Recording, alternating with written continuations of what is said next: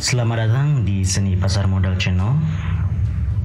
Selama ini kita mengenal jenis reksadana konvensional seperti pasar uang, pendapatan tetap, campuran, dan saham. Namun, terdapat juga jenis reksadana yang tidak konvensional loh. Salah satunya adalah reksadana terstruktur. Apa itu? Yuk check it out! Dalam istilah perbankan, jenis reksadana ini juga dikenal dengan istilah structure fund. Disebut juga terstruktur karena memang jenis reksadana ini dibuat dengan struktur khusus nih sebagai perbedaan dengan reksadana konvensional. Ada 3 jenis reksadana terstruktur.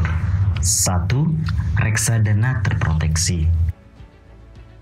Reksadana yang memberikan jaminan kepada para investor bahwa dana yang diinvestasikannya pada produk reksadana terproteksi diharapkan sekurang-kurangnya tetap sama dengan jumlah investasi awal. Alokasi dananya pun diwajibkan pada efek utang dan obligasi. Bagi investor ini tidak dapat melakukan redemption atau penebusan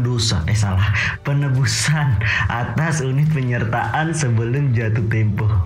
Pengelolaan pada reksadana terproteksi ini, manajer investasi akan berinvestasi secara pasif dengan memegang obligasi tersebut hingga jatuh tempo. Jika perusahaan penerbit obligasi tersebut tidak gagal bayar atau bangkrut nih, maka seharusnya investor bisa menerima 100% kembali nilai pokoknya. Itulah kenapa disebut proteksi.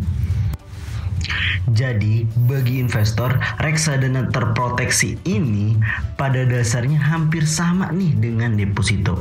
Hanya jatuh temponya sama yang lebih panjang, umumnya di atas 1 tahun. 2. Reksadana penjaminan.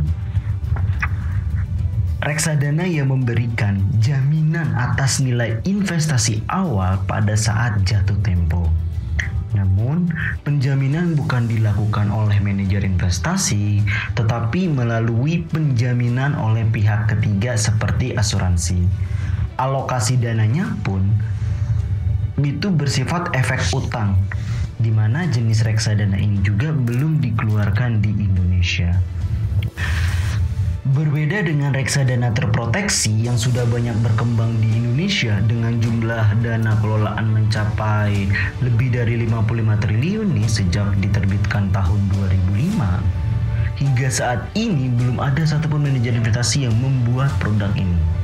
Berkurangnya imbal hasil investasi sehingga produk menjadi tidak menarik dan ketidaksiapan asuransi dalam menilai resiko gagal bayar perusahaan menjadi penyebab utamanya.